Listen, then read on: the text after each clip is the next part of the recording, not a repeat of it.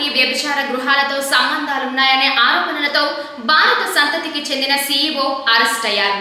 Clean water startup grade head సీఈఓగా పనిచేస్తున్న అనురాగ్ వాజ్పేయిను పోలీసులు అదుపులోకి తీసుకున్నారు.